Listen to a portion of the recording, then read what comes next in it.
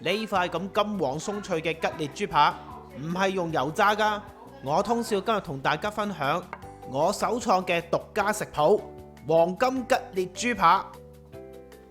我通少呢個獨家嘅做法唔需要用啲薄豬扒去做㗎，直接用呢啲大概有2cm到3cm咁厚嘅豬扒去做，做出嚟嘅豬扒一樣係嫩滑多汁好食，而且絕對唔會焗唔熟嘅。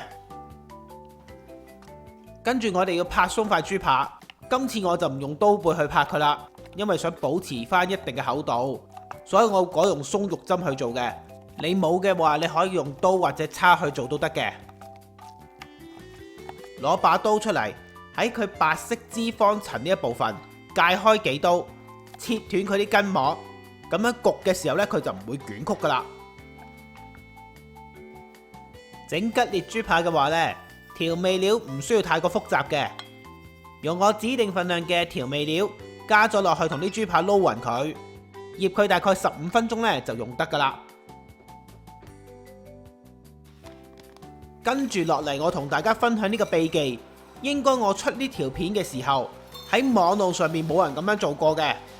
我呢個獨門秘製方法就係預先將啲日式麵包糠炒到去金黃。喺個鑊入邊，我哋加大概2至3湯匙嘅油落去，然後就可以開住細火，將個鑊呢興熱翻少少先，大概係30秒左右。跟住就可以將所有嘅麵包糠加喺鑊入邊。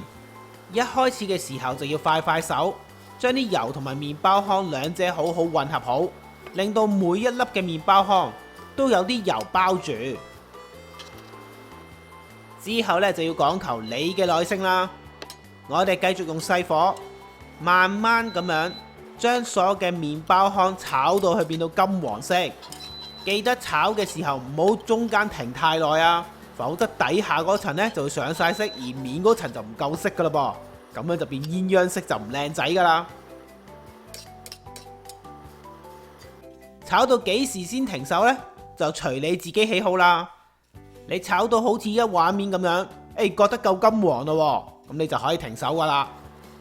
又或者你想炒到好似依家咁樣深色一啲嘅話，咁就要炒耐多少少。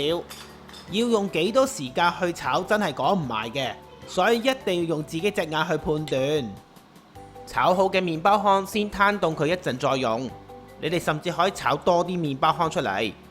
用唔晒嘅麵包糠可以放喺4度嘅雪櫃儲存，可以儲存1個月咁耐噶。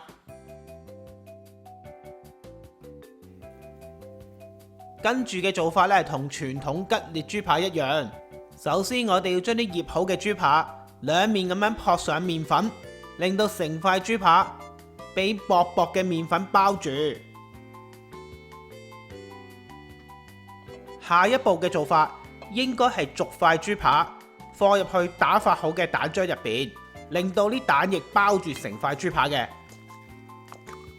但係呢，我就偷雞，直接打隻雞蛋落去，同啲豬扒撈勻就算啦，效果都係一樣嘅。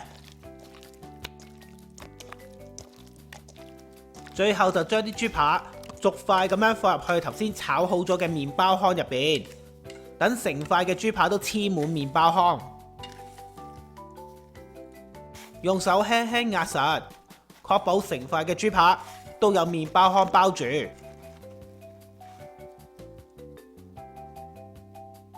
氣炸鍋嘅炸籃入邊，我哋先鋪上一張牛油紙，再將頭先上好麵包糠嘅豬扒放入去。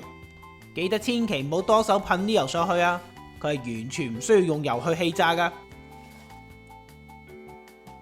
然後就按照住熒光幕顯示嘅溫度同時間，將塊豬扒焗熟就食得噶啦。啲豬扒氣炸緊嘅時候，完全唔需要理佢，唔需要中途翻嚟反佢一次噶。黃金吉列豬扒就氣炸好啦，你哋睇下。個樣真係同炸嘅一模一樣咁靚仔噶！哇！呢個咁創新獨特嘅做法有好多嘅好處嘅。由於係長時間氣炸嘅關係，所以塊豬扒幾厚都好，都一定會焗得熟嘅。